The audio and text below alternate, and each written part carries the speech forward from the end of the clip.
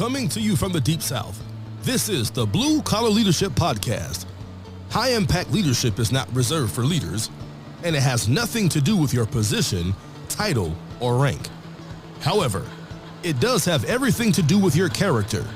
It's time to climb to the next level and beyond, personally and professionally. Now, let's start making it happen with your host, Max Story. Hello and welcome to the Blue Collar Leadership Podcast today. So today, it's crazy I got to talk about this, but this is something been going on the last month or so. We've been speaking around the country, and I've been asking people have they heard of it. Every room that I've been in over the last week or so, and we've been in quite a few rooms. Rhea and I spoke in Bloomington, Illinois. We were in Springfield, Missouri. We were in Liberal, Kansas. We were in Des Moines, Iowa. Lots of different people from lots of different companies we were speaking to city governments and Syngenta, which is an agricultural sciences and technologies company, crop sciences. They do a lot of cool stuff. So we got to meet with some really great people. National Beef also was in the room when we were out in Kansas with the city of Liberal, Kansas. They did a combined event. So pretty cool stuff that we've been doing lately. Met a lot of great people. Got a lot of good feedback. People hungry for growth and development. The number one thing we get is we ain't never done nothing like this here. That's sad. Most organizations we go into never done anything relative to workforce development and leadership development of people. Not nothing related to doing the job, but character development. How to lead yourself well, how to lead others well, how to become a high-impact team player. Anyway, what I asked these folks over the last few weeks, we traveled like 2,800 miles in the Blue Collar Leadership truck and had a flight, but we went through 11 states in the last 2 weeks, traveling, speaking, been busy. But I was asking them, have they heard of this thing going around on social media? It's kind of gone viral called quiet quitting. I can't believe I got to talk about it. To me, it goes against every fiber of my being. and if you're listening to this podcast, probably goes against every fiber of your being too. But quiet quitting. And I've been writing about it for a long time. If you read some of my books, you've already heard me talk about it. I didn't call it quiet quitting. I call it quit but stay. And we speak to a lot of city governments, county governments, sometimes the federal government agencies, state. And it's one thing we hear a lot is this term, people quit but stay. But it happens in the regular world as well. My background's manufacturing. In 20 years of manufacturing, I saw so many people quit but stay. But again, this trend that's going on right now, they're calling it quiet quitting. That means you quit but stay. You just quiet about it. You do the bare minimum. And they say the reason people should do it. I mean, it's going viral.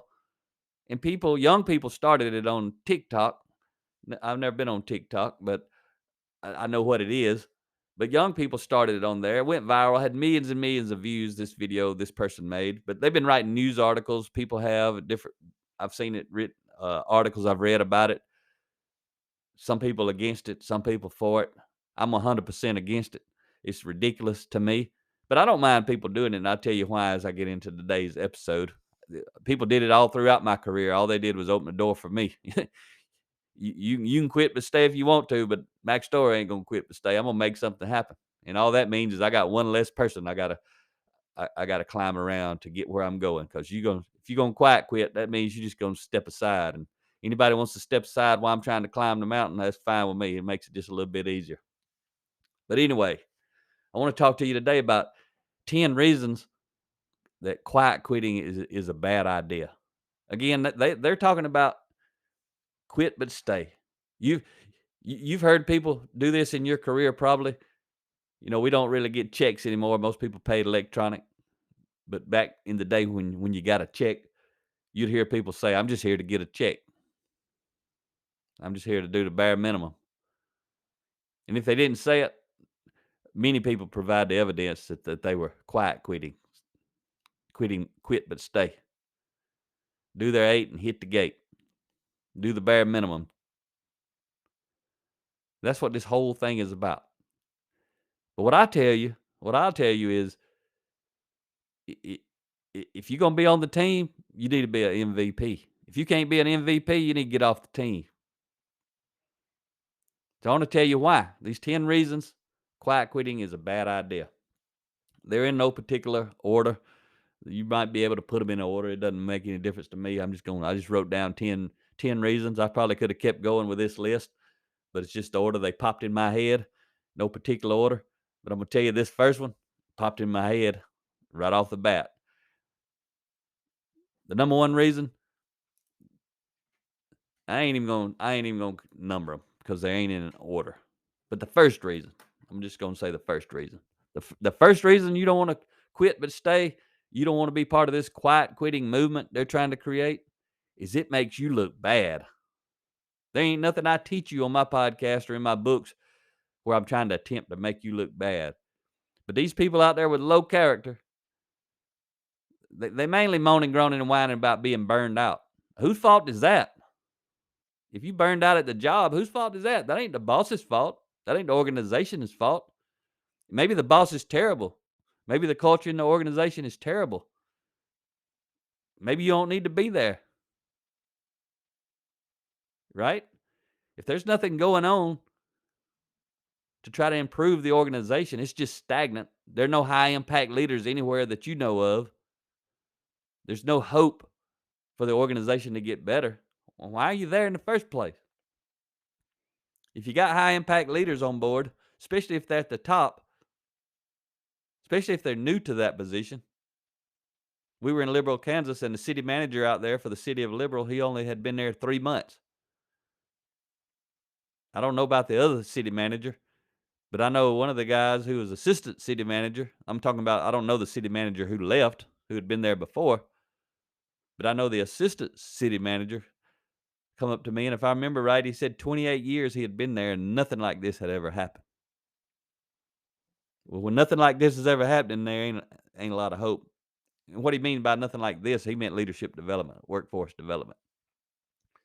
So if you got leaders or you got a new leader who trying to transform the culture or lead well, maybe you burned out, but there's hope on the horizon. But if you quit, you ain't going to be part of nothing to improve it. So if you're going to be on the team, be an MVP. And if you listen to this podcast, you already headed in the right direction. But it makes you look bad. People are going to give you bad word of mouth advertisement. You hear me talk about this all the time. My book, Blue Collar Leadership, Leading from the Front Lines, it's all about how to help you excel in the workplace. Quiet quitting, quit but stay, it's going to take you straight to the bottom. I don't know about you, but I don't want to be at the bottom. I want to be climbing. Ain't nothing but at the bottom but a bunch of whiners. And if you know me, I prefer to shine, not whine. If you listen to me, I imagine you like shining and don't like whining. But anyway, let's talk about the second thing, the next thing. When you quit, when you quit but stay, you make the boss look bad. How does that help you progress in your career? You make the boss look bad. If you're making the boss look bad, you think you're going to have more influence or less? You're going to have less influence with your number one customer, the boss. And a lot of people don't understand what that means. Your boss is the number one customer, whether you like them or not. They are your number one customer. I write about it in the Blue Collar Leadership, Leading from the Front Lines book. A lot of people don't understand. That book is intended to help you lead yourself well, whether you have a great boss or a pathetic boss or somewhere in between. But there's a chapter in there where I talk about your boss is the number one customer. A lot of people just read right on past that, especially if they don't like their boss. I'm here to tell you, it don't matter if you like your boss or not. They're the number one customer. You want to grow and expand your career, you don't want to make the boss look bad. You want to make them look good. Even if you don't like them, even if they're going to take credit. Because see, if you're a high impact leader, you don't want credit. But if you don't like your boss and you don't want them to to look good because of something you done, that means you want credit. That means you got work to do in the mirror. Because I'm going to tell you this, if you're a high impact leader, it ain't about you, but it starts with you. It starts with you having enough character and being able to set your pride and ego to the side and learn how to lead a bad boss. How do you lead a bad boss? Go read Blue Collar Leadership, Leading from the Front Lines. That book is filled with principles on how to lead a bad boss. Those same exact principles help you learn how to lead a good boss because they're principles. They apply in every situation. If you think they don't apply to a bad boss, it's because you got work to do on you. All right, let's move on down to the next one. Got 10 of these to go. And I kind of touched on it already, but the next one is if you quiet quit, and I'm going to focus on it a little more intentionally, you're producing bad word of mouth advertisement through anybody who's watching, except other people who are ready to quit but stay. So you're going to build a lot of influence with people who quit but stay. These quiet quitters. All these quiet quitters, they're going to kind of group up together. All the people who go make it happen, they're going to group up together. Whenever I lead a cultural transformation inside an organization, or whenever I'm part of one, I tell the leaders that's one of the first things that's going to happen. There's going to be a big divide. Those for it, those against it. The ones against it, they're these people who already have quit but stay. They're the quiet quitters. It don't matter what you call it. I'm still going to always call it quit but stay. That's what it is to me. But I'm using that other term today because that's the one going around, quiet quitting. There's going to be a team of quitters and a team of MVPs. And there's going to be some in the middle. They don't know what to do just yet. They're going to have to sit around and watch. They're just going to do the job and keep their eyes and ears open, figure out which crowd's going to win. I'm going to tell you, if the top leader's serious about cultural transformation, quiet quitters ain't going to win. Those who quit but stay ain't going to win. Those who are against everything going on, they're not going to win. You can't beat these principles. These principles related to growing and developing people, caring about people, respecting people. If somebody's against that, they don't need to be on the team. If a high impact leader is for that, which that's the only way they can be a high impact leader, these other people ain't going to be on the team too long. They may be on there a while, give them a chance to change and grow, but that ain't where the focus goes.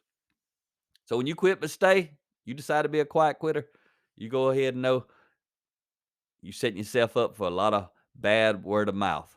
Again, not from people like you, but from all the go-getters, the hard chargers, the MVPs, the high impact individuals, high impact team players, high impact leaders. You ain't going to get good word of mouth from those folks. They're going to be telling everybody to avoid you. Don't put you in their department. Don't hire you. That sort of stuff. That leads right on into the next thing. The next reason out of this list of 10 reasons.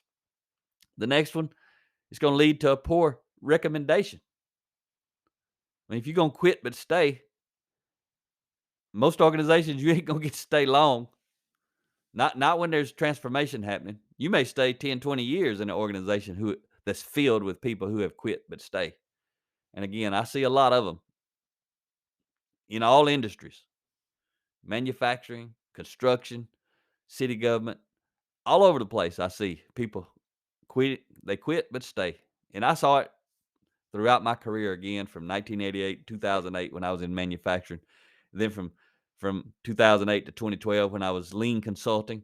And then from 2012 to today when I'm doing workforce development, leadership development.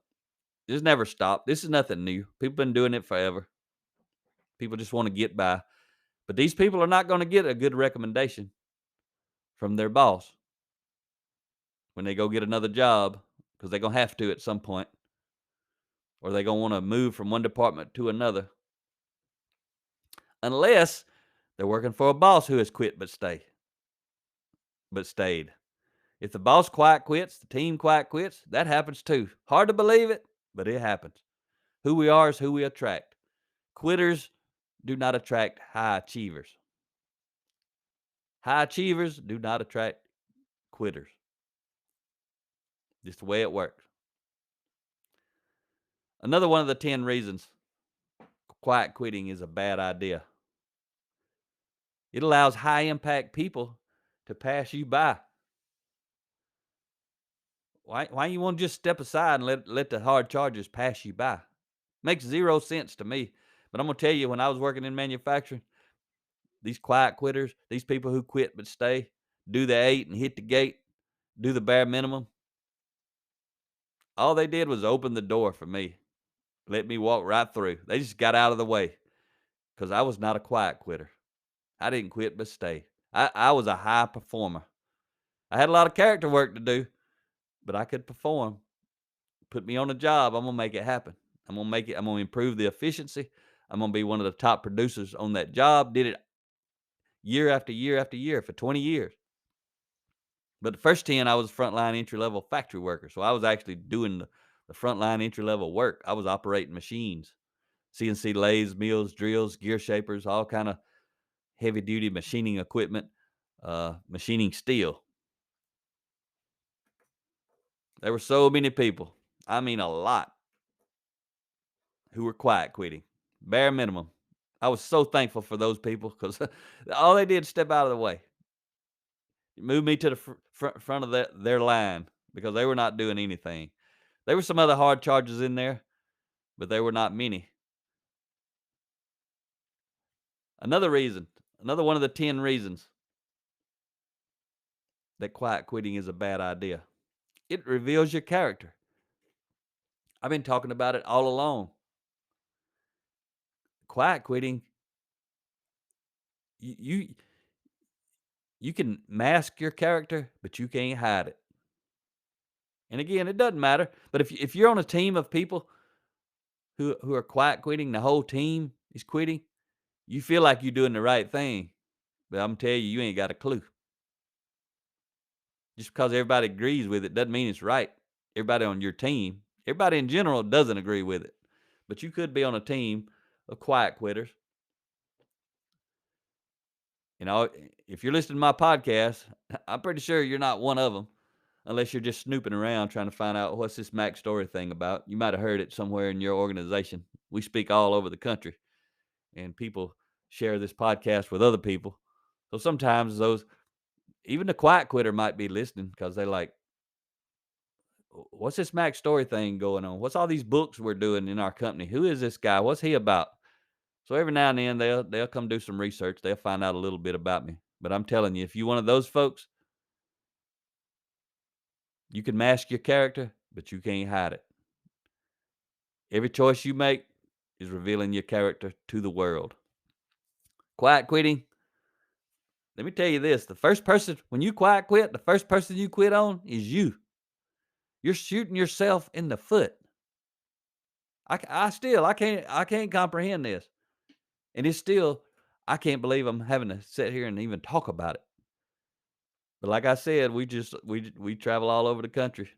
These last couple of weeks, I've been asking people who's heard about this. Every room we go in, hands go up. Right now, I'd say about 25-30% of each room, people had heard of this quiet quitting movement. So let me tell you another reason. Another one of these 10 reasons quiet quitting is a bad idea. It shows you're focused on yourself and not your team. Even if the entire team is quiet quitting, if you're one of them, you're showing the rest of the team you're focused on yourself and not the team. Because a high impact team player, they're going to be focused on the team. A high impact leader, they're going to be focused on the team. When I talk about focused on the team, I'm talking about helping the team climb to the next level and beyond, personally and professionally. That's what high impact people do. They ain't happy with the status quo. They're gonna make things happen. They're gonna make new things happen. They're gonna improve processes. They're gonna improve themselves. Our world is full of these quiet quitters. like I said, they open the door for the hard charges. And I hope you're one of those. I know I am. Another reason, another reason, one of the 10 reasons quiet quitting is a bad idea. This last one, they're kind of close, they're kind of related, but they're slightly different. But the last one I shared was it shows you're focused on yourself and not the team. But now this next one is still about the team. But if you're quiet quitting, you're literally hurting your team. So that's another one of the reasons you don't want to be a quiet quitter. You're hurting your team. Why would you want to? How can you see hurting your team as a positive for you? And again, if you're listening to this podcast, you probably with me and you can't see it either. But again, it relates back to that previous one. Quiet quitters are focused on themselves, not the team. So they don't care if they hurt the team because they ain't focused on the team. But I'm here to tell you that's one of the reasons you don't want to do it. You ain't gonna get far in life if every team you're on you bring down the team. If you're hurting your team's performance, you're a low impact individual if you're doing that. All my podcasts are to help you help your team. You always hear me say it, it's not about you, but it starts with you. That means you got to set your pride and ego aside, lead yourself and your team with humility. When I say it's not about you, that's what I'm talking about. But when I say it starts with you, that means you got to grow and develop yourself so you can be a better team player. The ninth reason that quiet quitting is a bad idea. It it seems like this would go like just be so obvious. But the ninth reason, quiet quitting, quit but stay, whatever you want to call it, it ensures you remain at or below your current level. So if someone's frustrated because they're not moving up, first thing, if they got the mentality of a person who will quiet quit or the kind of person who will quit but stay, they're going to be at a low level. And if you get intentional about it and you really do the bare minimum, you probably won't be long. You're going to be at a lower level. You may want to quit but stay and get a government check at the house. There's a lot of those people too. I saw a meme on social media the other day. I thought it was pretty cool. It said the best if you want to know how to turn $40 into $400, fill your gas tank up and go to work. I kind of like that. Go to work. These folks are trying not to work. These quiet quitters trying to do the bare minimum work. Yes, that may make more work for you, but if you're a hard charger, you're going to do that work. If you're capable of making it happen, you're going to make it happen. Forget about these quiet quitters. Ignore them. Walk around them. Look beyond them. Focus on yourself, your team, and your leaders and your organization, and go make it better. And the 10th reason, again, they were in no certain order, but the 10th reason, quiet quitting, is a bad idea. Another reason, the 10th reason, you don't want to quit but stay. Most likely, you're not going to get very many raises. Now, if you're in an organization with quiet quitters above you, meaning leaders, sometimes they go all the way to the top. Sometimes the top leader of an organization is a quiet quitter. They're doing the bare minimum. They quit but stay. I used to think when I worked out on the shop floor, I couldn't wait till I got into the office with the professionals. Started moving up the org chart, so to speak. Started climbing the ladder relative to positions and titles. Because all I knew was amongst the frontline workforce, there were a lot of people who would quit but stay. And I thought, man, I can't wait till I get up in the professional space where the leaders are, where the engineers are, where all these professional type folks are. So I'll be amongst some hard chargers. What I discovered when I actually got up and started working with those people, they're no different. They're the same exact kind of people. Many of them, they just there to get a check. They just there to do the bare minimum. They just there to moan and groan. But when I was a frontline entry-level worker, I thought those people were hard chargers. That's how they got those positions. I didn't know what I didn't know. But I'm going to tell you this, it didn't take me long to find out. But typically, you would think someone who quits but stays, that they wouldn't get any more raises. But some of these organizations, they just set up, everybody gets a raise at the end of the year. So you could get raises, but you're going to get these little tiny raises. If you quit but stay and you're a quiet quitter, if you get any raises, they're going to be these little raises that they have to give out. Again, unless you got a quiet quitter for a boss. If you're a quiet quitter and you got a quiet quitter boss, they look out for each other. And they look down on the hard chargers. Because they see what they say is these hard chargers, people like I used to be, these quiet quitters, they'll say, we make them look bad. No, that ain't what's going on. They making us look good. If they'd actually do some work, get on the team, we'd look average. But because they come to work and try to do the bare minimum, those of us who trying to make something happen, those quiet quitters, those people who quit but stay, because of them, they make us look exceptional. That's what I want to look exceptional. So if they actually did some work, we're actually on the team, I'm going to have to step my game up, and I would. So I just want you to think about this. If you haven't heard of it, type it in. There's a hashtag for quiet quitting. Do a Google search. You'll find articles about it. But there's a lot of people who encourage it, not just the young people. There's leadership coaches out there, life coaches out there who encourage it. I can't comprehend this. If you into that, you probably need to stop listening to me on my podcast. Go on and delete my podcast from your podcast app. If there's anything in you that makes you think quiet quitting is a good thing, you don't want to hear nothing I got to say. You just need to move on. But for those of you who agree with me, you need to keep listening. If you hadn't listened to my podcast, this episode here is number 299. That means there's 298 episodes before this one that's already out there. Go dive in. And if you hadn't listened, I think episode 2 through 5 or 2 through 6, it just tells my story. There's nothing motivating, inspiring about it. But you go back and listen to episode 2 through 5 or 6, whatever it is. It's just a little history of where I started, how I worked my way up, the jobs I had, that sort of stuff.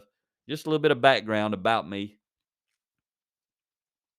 You may not care to hear that. Again, it's not motivating or inspiring unless you listen to it and try to figure out how in the world did Mac get to doing what he's doing today from all of that. The way I got to do that is I was not a quiet quitter. I never would quit but stay. I'd quit a team, go get on a different team, because if I'm going to be on a team, I want to be on the field playing. I want to be a starter. I want to be a highly valued team member. I want to be a MVP. If I can't do that, I don't want to sit on the bench. That's what quiet quitting is. Hold your hand up, say, hey, coach, I want to sit on the bench. I don't want to do nothing. I just want to be on the team. Get a little recognition. I'm telling you, folks, I can't comprehend it.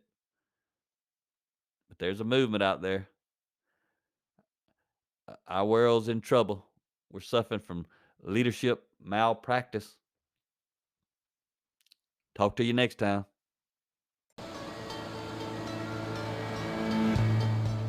Make it happen or someone else will. It might as well be you. Are you serious about taking your career and your life to the next level and beyond? Check out Mac Story's Blue Collar Leadership series books and others, now available on audio, along with paperback and ebooks at Amazon, iTunes, and Audible. Please visit bluecollarleadership.com to learn about Mac's books, programs, special offers, certifications, and more. Thank you for listening to the Blue Collar Leadership Podcast.